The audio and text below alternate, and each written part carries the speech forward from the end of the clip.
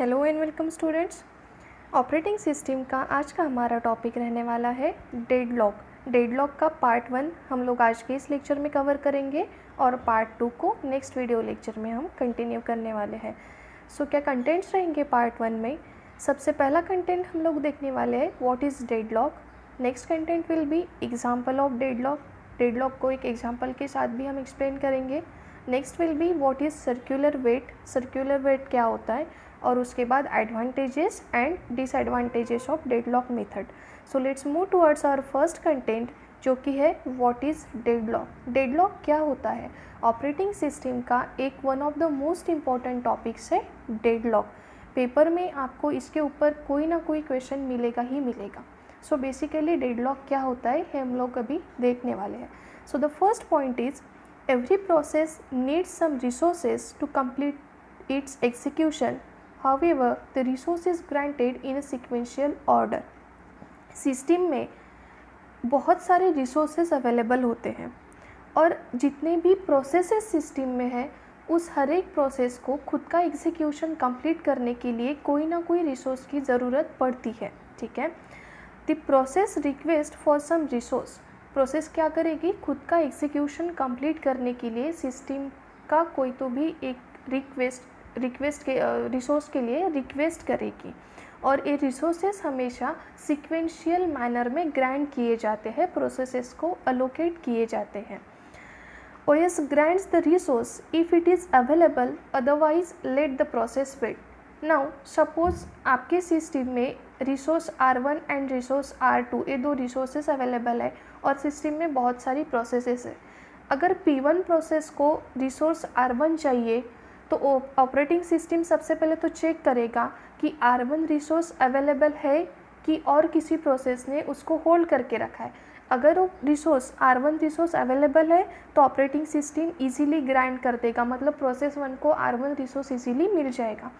अगर resource R1 किसी और प्रोसेस ने होल्ड किया है तो प्रोसेस P1 को वेट करना पड़ेगा जब तक कि रिसोर्स R1 फ्री नहीं हो जाता, अवेलेबल नहीं हो जाता। इस तरह से ऑपरेटिंग सिस्टम रिसोर्सेस ग्रांट करती है, अलोकेट करती है। The process uses it and releases on the completion. अभी प्रोसेस P1 को रिसोर्स R1 मिल गया और उसके बाद प्रोसेस P1 उसको यूज़ करेगी, खुद का एग्जीक्यूशन कंप्लीट कर लेगी और on its completion it will release that particular resource to the operating system. Now deadlock की एक स्पेसिफिक डेफिनेशन आपको यहाँ पे दी है, देखिए इस पॉइंट में। Deadlock is a situation where a set of processes are blocked because each process is holding a resource and waiting for another resource acquired by some other process. मतलब क्या कि डेडलॉक इज अ सिचुएशन, एक situation होता है जिसमें कि अ set of processes R block, कुछ set of processes block रहती है इसमें। अभी सेट ऑफ प्रोसेसेस ब्लॉक क्यों है? Because each process is holding a resource. हर एक प्रोसेस के पास उसका एक रिसोर्स, हर एक प्रोसेस ने एक रिसोर्स होल्ड करके रखा है एंड वही process at the same time is waiting for another resource acquired by some other process. मतलब सिंपल वे में आपको बताया जाए तो प्रोसेस P1 है एंड प्रोसेस P2 है और दो रिसोर्सेस है R1 एंड R2। अभी प्रोसेस P1 ने R1 रिसोर्स को होल्ड करके रखा है और प्रोसेस P2 ने R2 रिसोर्स को होल्ड करके रखा है।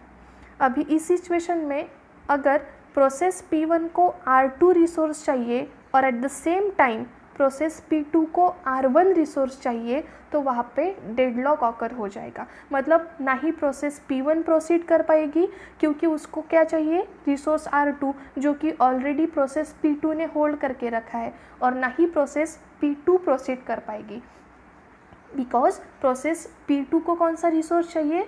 रिसोर्स R1 जो कि प्रोसेस P1 ने होल्ड करके रखा है। मतलब ऐसे सिचुएशंस में जहाँ पे सिस्टम की सारी प्रोसेसेस ब्लॉक हो जाती है क्योंकि वो एक दूसरे पर डिपेंडेंट हो जाती है, उनको ऐसे रिसोर्सेज चाहिए होते हैं जो ऑलरेडी किसी और प्रोसेस ने होल्ड करके रखे हैं, और ऐसे टाइप के सिचुएशन को डेडलॉक कहा जाता है ऑपरेटिंग सिस्टम में। Deadlock is a common problem in multi processing where several processes share a specific type of mutually exclusive resource known as soft lock और software. Mostly multi processing operating systems में deadlock एक common problem होता है, जहाँ पे processes को shared resources चाहिए होते हैं, जो कि बाकी प्रोसेसेस भी एक्वायर कर सकती है, होल्ड कर सकती है, और इस टाइप के सिचुएशंस को डेडलॉक कहा जाता है। Next point in deadlock is, अभी यहाँ पे नेक्स्ट स्लाइड में हमको एक एग्जांपल दिया गया है। इस एग्जांपल पे से हम डेडलॉक को अच्छे से समझ लेते हैं फिर से एक बार। Now consider an example where two trains are coming towards each other on same track. मतलब एक ही पटरी आपको दी है, एक ही रेलवे ट्रैक आपको दिया है, और एक ही रेलवे ट्रैक में आप कंसिडर करिए कि इधर से एक ट्रेन आती है, लेफ्ट साइड से एक ट्रेन आती है, और राइट साइड से एक ट्रेन आती है, and both the trains are coming towards each other, they are not going from each other, they are coming towards each other. मतलब ट्रेन 1 ट्रेन 2 की तरफ आ रही है और ट्रेन 2 ट्रेन 1 की तरफ जा रही है, they are moving towards each other, और एक ही ट्रैक है। तो ऐसे सिचुएशन में क्या होगा कि एक पॉइंट पे आके दोनों ट्रेन को वहीं पे जहाँ पे वो है वहाँ पे रुक जाना पड़ेगा, क्योंकि एक ही ट्रैक है और दोनों ट्रेन्स एक दूसरे की तरफ जा रही है। ना ही तो ट्रेन 1 प्रोसीड कर पाएगी, आगे जा सकेगी, और ना ही ट्रेन 2 आगे जा सकेगी, और इस टाइप के सिचुएशंस को डेडलॉक कहा जाता है। इस तरह से डेडलॉक ऑकर होते हैं। Now for example, in this figure process P1 is holding resource R1। यहाँ पे एक डायग्राम जो आपको यहाँ पे दिख रही है, यहाँ पे देखिए प्रोसेस P1 ने रिसोर्स R1 को ऑलरेडी होल्ड करके रखा है, ठीक है, and process P1 is now waiting for resource R2। Process P1 ने ऑलरेडी रिसोर्स R1 को होल्ड करके रखा है, और eight the same time process P1 अभी वेट कर रहा है रिसोर्स R2 के लिए। मतलब जब तक प्रोसेस P1 को ये R2 रिसोर्स नहीं मिल जाता, प्रोसेस P1 प्रोसीड नहीं कर पाएगा, ठीक है। And eight the same time resource R2 is acquired by process P2। मतलब प्रोसेस P1 ने R1 को अक्वायर करके रखा है and is waiting for resource R2, and process P2 ने R2 को अक्वायर कर रखा है and process P1 is waiting for R1। तो इस तरह की सिचुएशन में डेडलॉक ऑकर हो जाएगा, क्योंकि देखिए प्रोसेस P1 ने R1 को ऑलरेडी होल्ड करके रखा है, ठीक है, और वो प्रोसेस P1 वेट कर रहा है रिसोर्स R2 के लिए, and eight the same time process P2 ने R2 को होल्ड करके रखा है और वो वेट कर रहा है R1 के लिए, जो ऑलरेडी एक्वायर करके रखा है प्रोसेस P1 ने। तो इस तरह की सिचुएशंस में ना ही तो प्रोसेस P1 प्रोसीड कर सकती है और ना ही प्रोसेस P2 प्रोसीड कर सकती है। और अगर ऐसी सिचुएशंस ऑकर हुई ऑपरेटिंग सिस्टम में, तो इस तरह की सिचुएशंस को डेडलॉक करके हम बुलाते हैं, ठीक है। Now the next topic is what is circular wait. Circular wait नाम का एक कॉन्सेप्ट होता है डेडलॉक में। तो सर्कुलर वेट क्या है, यहाँ पे देखिए, one process is waiting for the resource which is held by the second process. मतलब एक process is waiting for the resource which is already held by some other process which is also waiting for the resource held by the third process and so on. मतलब एक circular chain वहाँ पे create हो जाती है। Process P1 R1 resource के लिए wait कर रहा है, R1 को ऑलरेडी प्रोसेस P2 ने हेल्ड करके रखा है, प्रोसेस P2 R2 के लिए वेट कर रहा है, R2 को प्रोसेस P3 ने एक्वायर करके रखा है। तो इस तरह से एक तरीके से यहाँ पे चेन फॉर्म हो जाती है, और उस चेन में से कोई भी प्रोसेस प्रोसीड नहीं कर सकती, आगे नहीं जा सकती, खुद का एग्जीक्यूशन प्रोसीड नहीं कर सकती, ठीक है।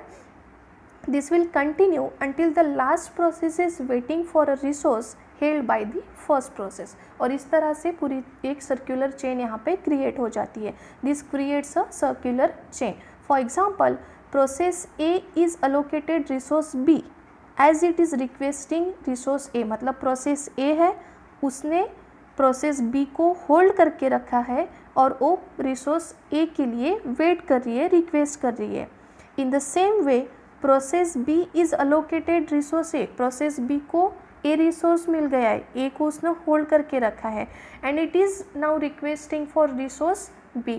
तो हो गया ना यहाँ पे सर्कुलर वेट, नहीं तो प्रोसेस P1 आगे जा सकती है और ना ही प्रोसेस B आगे जा सकती है। For example a computer has 3 USB drives. एक आपको यहाँ पे एग्जाम्पल के तौर पे एक कंप्यूटर का एग्जाम्पल यहाँ पे बताया है। A computer has 3 USB drives and 3 processes. एक कंप्यूटर के पास में 3 USB ड्राइव्स है और 3 प्रोसेसेस है। Now each of the 3 processes able to holds one of the USB drives. अभी हर एक प्रोसेस उन तीनों में से कोई भी एक USB ड्राइव होल्ड कर सकती है, ठीक है। So when each process request another drive, the 3 processes will have the deadlock situation as each process will be waiting for the USB drive to release which is currently in use। obvious है ना कि process P1 suppose consider करिए, process P1 process P1 USB 1 को hold करके रखा है P1 ने, process P2 ने USB 2 को होल्ड करके रखा है और प्रोसेस P3 ने USB 3 को होल्ड करके रखा है। अभी ऐसा जब तक है तब तक के एवरीथिंग इज़ फाइन, बट अगर प्रोसेस P2 ने USB 2 को रिक्वेस्ट किया या फिर USB 3 को रिक्वेस्ट किया तो ऐसे केसेस में यहाँ पे डेडलॉक ऑकर हो जाएगा, क्योंकि USB 3 को ऑलरेडी प्रोसेस 3 ने होल्ड करके रखा है और USB 2 को अगर प्रोसेस 1 रिक्वेस्ट करता है तो USB 2 को प्रोसेस 2 ने होल्ड करके रखा है। तो इस तरीके के सिचुएशंस में यहाँ पे सर्कुलर चेन क्रिएट हो जाता है और eight the same time deadlock भी यहाँ पे आपको देखने के लिए मिल जाता है। Now the next content in today's lecture is advantages of deadlock। Deadlock के क्या क्या फ़ायदे हो सकते हैं आपको आपके कंप्यूटर सिस्टम में। So first advantage is this situation works well for processes which perform a single burst of activity. जो सिंगल एक्टिविटी, जो प्रोसेसेस सिस्टम में सिंगल एक्टिविटी कैरी आउट करती है, ऐसे सिचुएशंस में डेडलॉक अच्छे से वर्क करता है, क्योंकि मल्टी प्रोसेसिंग का कोई काम ही नहीं आता यहाँ पे। Next advantage is no preemption needed for deadlock. Deadlock के लिए प्रीएम्पशन की आपको ज़रूरत नहीं होती है। प्रोसेस प्रीएम्पशन क्या होता है ये हम लोगों ने बहुत बार ऑलरेडी देखा है हमारे इस ऑपरेटिंग सिस्टम के लेक्चर सीरीज में। प्रीएम्पशन मतलब एक बार फिर से आपको बता देती हूँ कि अगर 2 प्रोसेसेस है सिस्टम में, process P1 and process P2, और प्रोसेस P1 का एग्जीक्यूशन स्टार्ट हो गया, प्रोसेस P1 का एग्जीक्यूशन शुरू ही है, कंप्लीट होने का है, और ऐसे केस में अगर प्रोसेस P2 सिस्टम में आ जाती है which is higher priority process than process P1, मतलब P2 की प्रायोरिटी हाईएस्ट है दैन प्रोसेस P1, तो ऐसे केसेस में क्या होगा, P1 का एग्जीक्यूशन वहीं पे पॉज करके P2 को एग्जीक्यूशन में लिया जाएगा और P2 का एग्जीक्यूशन ख़त्म होने के बाद फिर P1 को वहाँ से रिज्यूम किया जाएगा।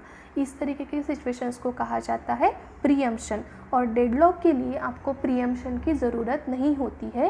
ये रहा one of the advantages of deadlock. Next advantage is convenient method when applied to resources whose state can be saved and restored easily. जो रिसोर्सेज के स्टेट्स आप इजीली सेव एंड रिस्टोर कर सकते हो, ऐसे सिचुएशंस में या फिर ऐसे रिसोर्सेज के लिए डेडलॉक मेथड कन्वीनियंट होता है। Next is feasible to enforce via compile time checks. Compile time checks के द्वारा अगर आप डेडलॉक इंपोर्ट करते हो, एनफोर्स करते हो, तो एक फिजिबल मेथड होता है। Needs no run time computation since the problem is solve in system design.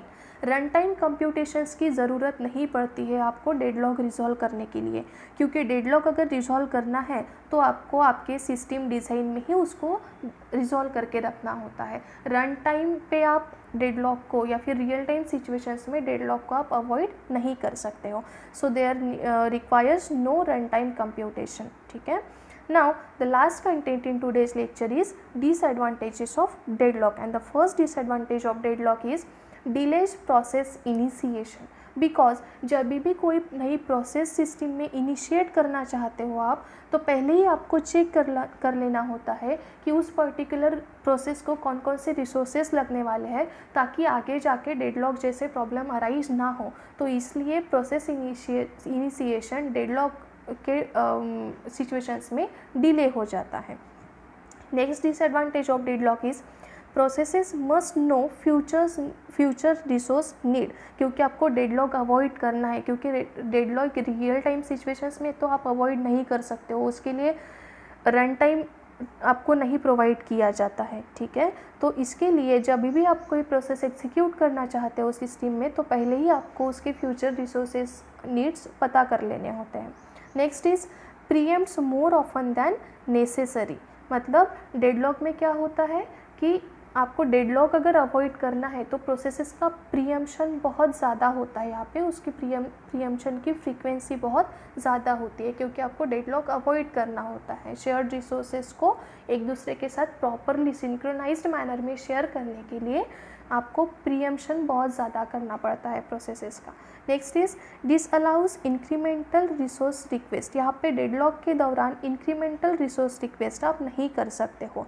जो कि रिसोर्सेस आपने पहले बता दिए होते हैं उतने ही रिसोर्सेस आपको सिस्टम प्रोवाइड करेगा। इंक्रीमेंटल रिसोर्स रिक्वेस्ट यहाँ पे अलाउड नहीं किए जाते हैं।